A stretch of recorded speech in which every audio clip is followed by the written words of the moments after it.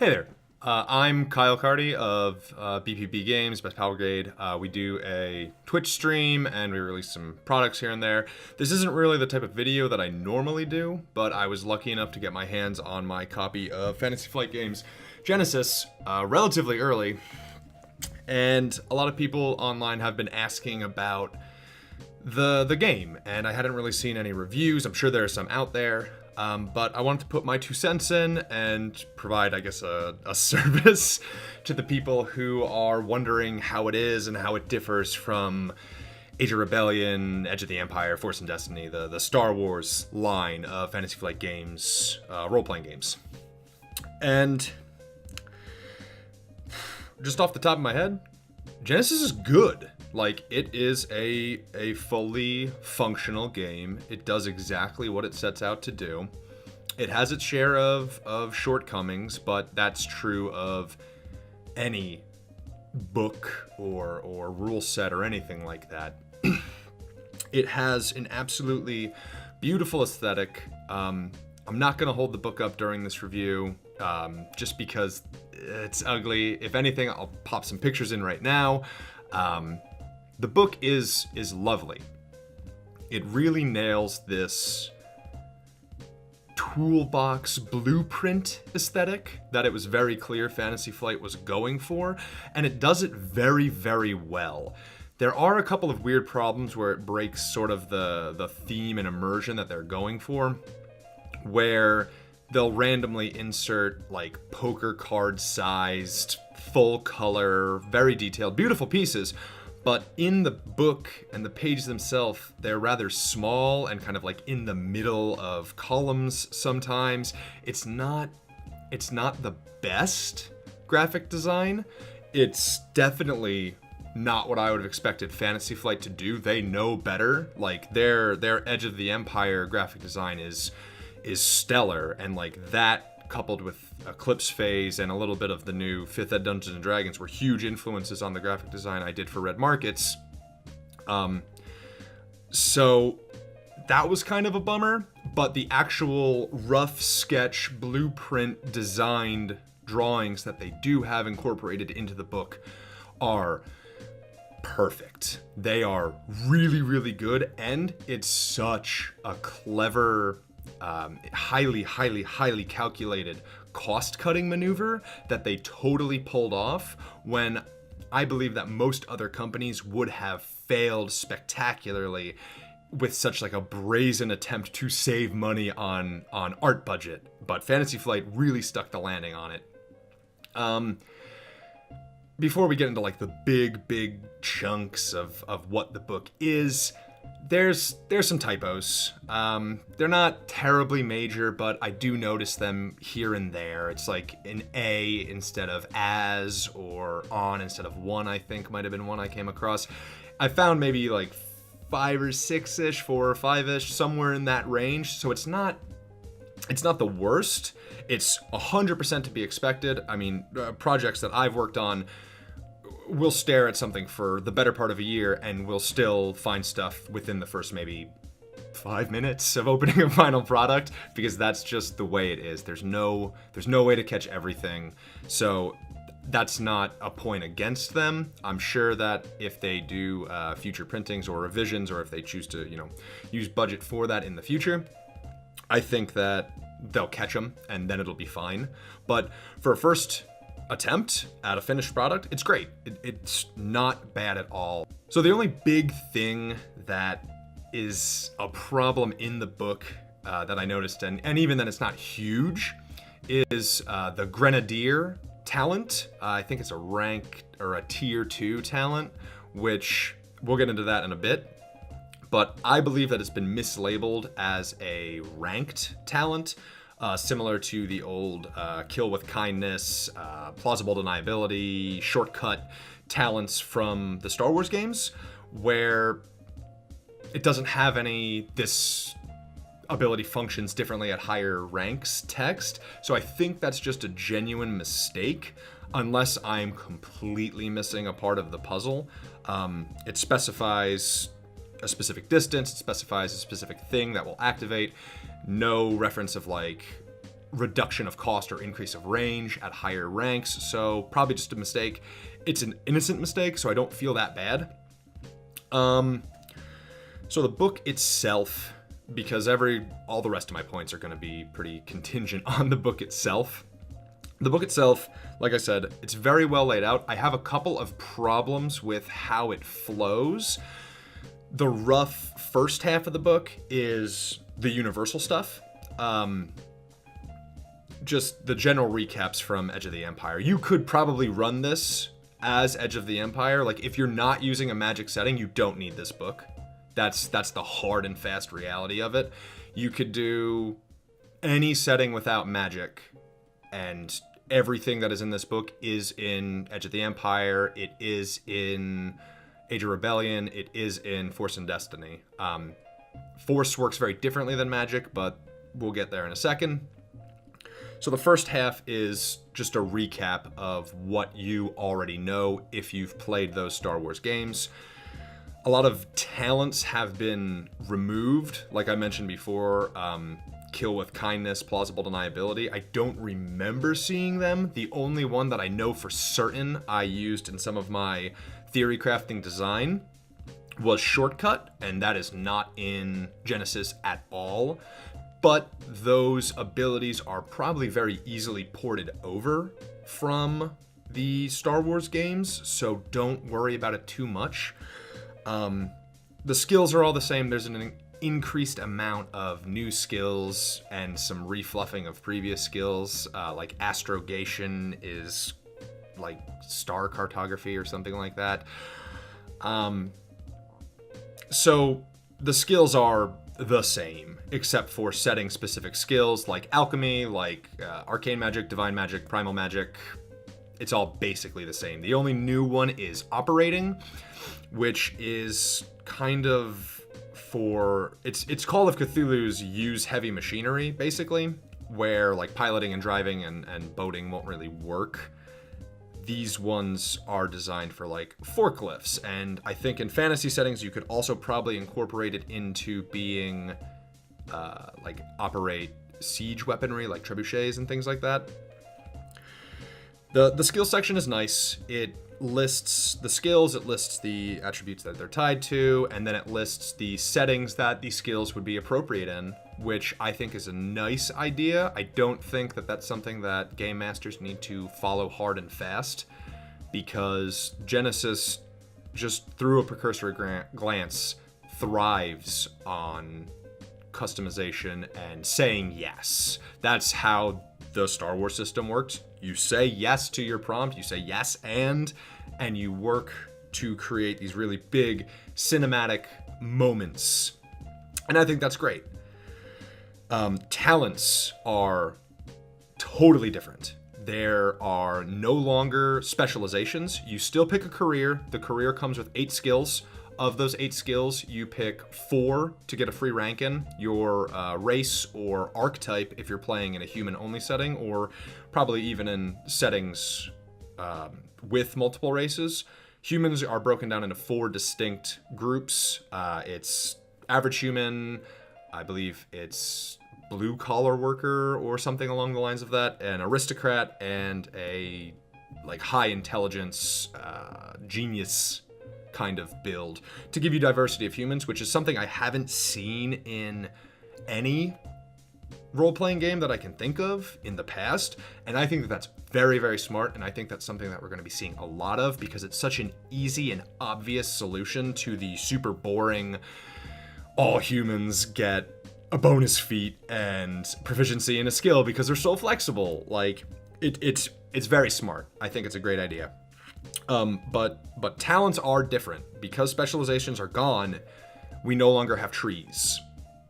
So talents have been broken up into tiers, 1 through 5, with each tier increasing in amount of experience points equal to 5. So it's tier 1 is 5, tier 2 is 10, 15, 20, 25. And it functions very similarly to Fate's pyramid system for skills, but with an actual pyramid structure rather than what a lot of groups have referred to as the fate column, where you only have to have an equal amount of, in this case, talents of the ranks below. Genesys requires you to have more talents of a lower rank than the next rank that you purchase. So before you can purchase your first, second rank talent, you have to purchase 2 rank 1 talents. To get your first third, you have to have 3 1s, 2 2s, 1 3, and then it stacks up like that. If there were more talents, I think this would work a lot better. They cut out some really obvious ones that existed in previous games, which the book has a lot of feelings like, oh, we're actually saving the really good stuff and a lot of the content that we've already published in Star Wars or had in the playtests for later books. Like, in the playtests, some of the pre-gen characters had special abilities that they could trigger by using story points or whatever mechanics it ends up actually being. That is completely omitted from Genesys, which feels kind of like a paid day one DLC situation, season pass, which I'm not crazy into. It seems a little shady. Don't put something in your playtest at cons that's not in the final product. That's ludicrous. That's a huge knock against the book for me, because I was very excited to make these special abilities in Overwatch homebrew, where these abilities would function similarly to the video game's ultimates. That's gone. I can't do that. And that's very frustrating, and that's a huge, huge mark against it. But I've already said all that. It's scummy, shady business behavior. The lack of a lot of the previous talents is a huge problem. But beyond that, there's not really any big problems that I have with the book. It is very good, and it's very affordable. They get you on the proprietary dice, but if you have dice from Star Wars, you don't need to buy the new dice. They are the exact same probability. The only difference is some of the symbol placement on the dice and coloring. Like, the red is darker. I think the green is softer. So you don't need to spend that. But for those of us who are new to this type of dice mechanic, you do kind of need to buy the dice, which is kind of how they get you. The game is affordable and there are conversion charts, but that's super unapproachable to be like, oh, 8 means, oh, it's 2 successes. Okay. That's no fun. So buy the dice. I would recommend 2 packs, probably at the least, because if you're playing with a group of people, it's a pain in the butt to pass them around. Thankfully, they now include 2 of the red challenge dice, like the upgraded negative dice pool, where previously they would only include 1. So that's good on Fantasy Flight. Thank you for finally doing that. So the second half of the book consists of setting information, which is fantasy, steampunk, weird war, science fiction, and space opera, which science fiction and space opera, that's basically the same thing. You can tell they really want to sow the seeds for splat books for their specific settings. They reference a lot of example settings. So there's in the fantasy one, it's Runebound. In the Weird War one, it's Tannhauser, which I've never heard of, but it seems pretty cool. I'm always into Weird Wars. I'm a huge fan of Savage Worlds' Weird Wars 1 and Weird Wars 2. Android is the science fiction one, and then for space opera, they use Twilight Imperium. So, these sections admittedly are really light. I'm not excited or really enthused about any of the material presented in these sections. Like I said before, the formatting's really wonky. So in the first section of the book, they'll have some gear, some items, and some armor. So they'll have like a revolver and a dagger in the weapons section. They'll have a heavy jacket in the armor section. They'll have painkillers, which is stimpaks in this edition, as well as some generic gear. But then when you get to the specific settings, like fantasy, it'll have the fantasy equipment, the fantasy armor, fantasy items, and that's it. So like if you have to flip back and forth to get this information, it's hugely inconvenient. The same if you want to like check on human racial special abilities for the archetypes of humans. I don't know. I'm not crazy about it. In certain sections like science fiction and space opera, they'll have two different versions mechanically of the exact same name of weapon. So like there's the science fiction laser pistol, which does burn, and then there's the space opera laser pistol, which is more like what we've seen in Star Wars. It's frustrating, but it's not a deal breaker. I'm sure there's going to be some very useful homebrew game master screens. I'm working on one myself right now to compile for the settings that I plan to be running. So I'm sure that will be a problem that gets fixed by the hell is that? By the market. So it is what it is. Hardpoints, now that we're talking about items, they're gone. They have been relegated to an optional rule. It's based on the item's encumbrance. So like for every 1 to 2 points rounded up of encumbrance an item has, it gets 1 hard point. So encumbrance 1 and 2 is 1 hard point, 3, 4 is 2 hard points, etc., etc. I get it, and I always really liked the high intricacy and detailing of weapon modification in the Star Wars games. So that's kind of a bummer, but I understand completely and implicitly why they did it. It is a reprint of basically just the core weapon modifiers from Edge of the Empire. There might be 1 or 2 that are different, but weighted heads there, serrated edges there, it's all the same. Ship-to-ship combat, still the same. They list a couple example vehicles because once we end the categories of like what the settings you're going to run, we hit optional rule territory. So modifications are an optional rule.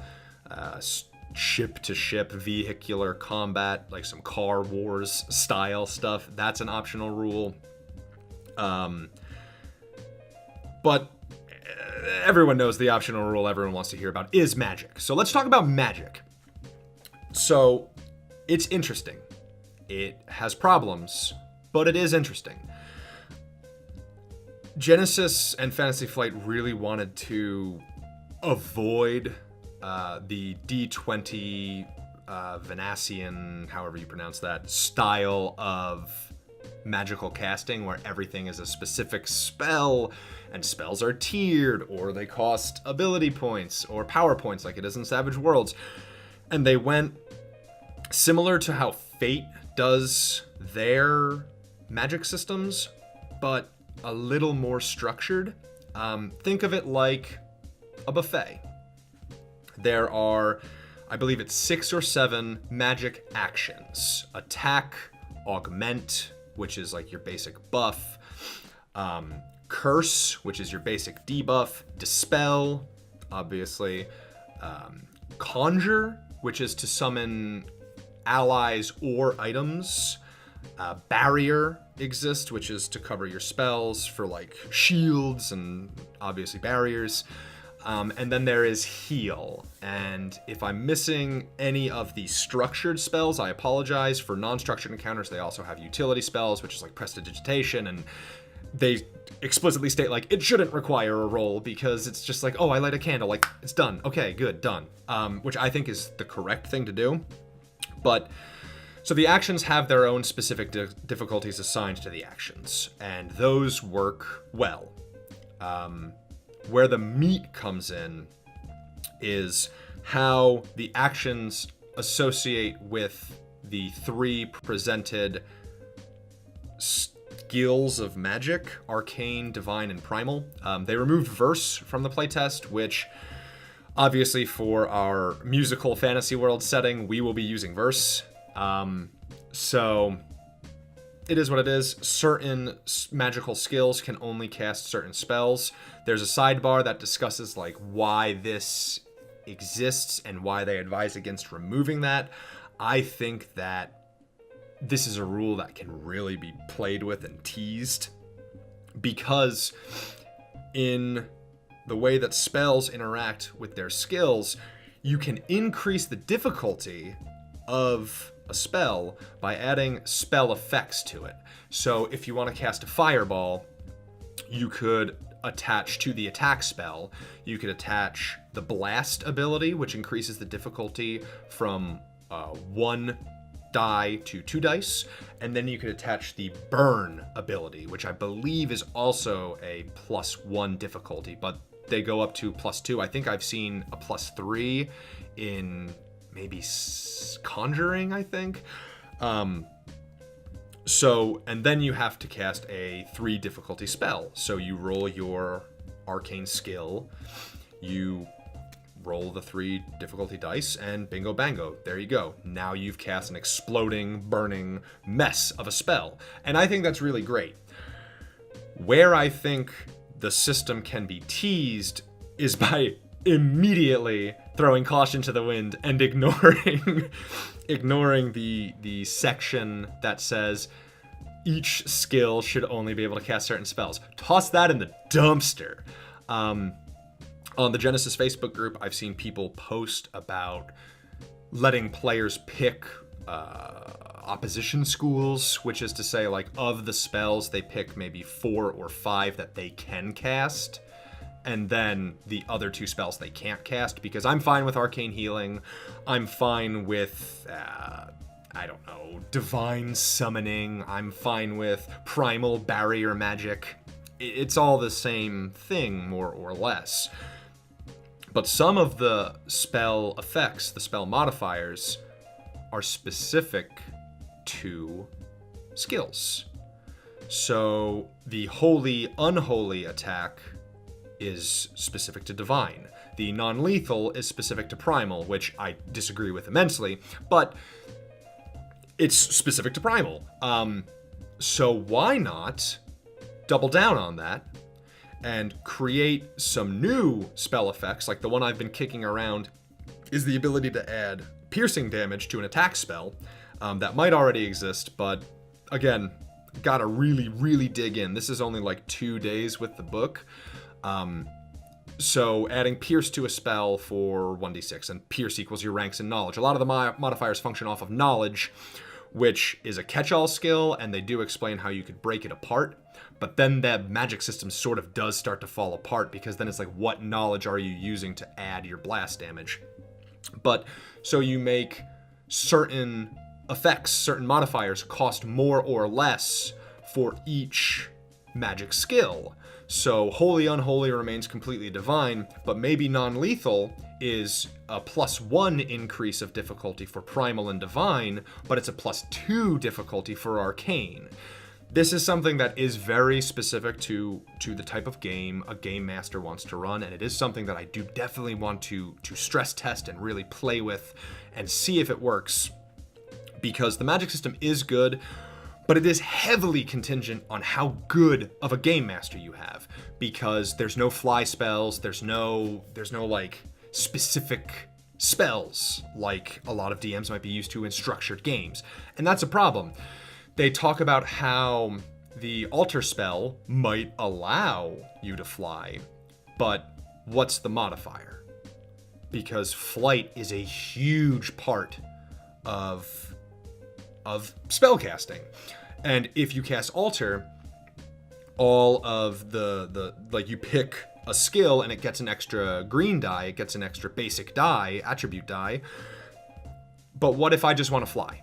Like, what skill am I going to associate with flying? There are rules for flying. They're a little more fleshed out in this edition, but still, like, maybe I don't want that green die. Maybe I just want to fly. So these are all things that sort of need to be explored, and I'm sure that as more of you fans of Genesys begin to get your books, and Fantasy Flight begins to release more content for it, we're going to see a lot of really, really cool stuff come out for it. So overall, if you want to play a setting with Magic, and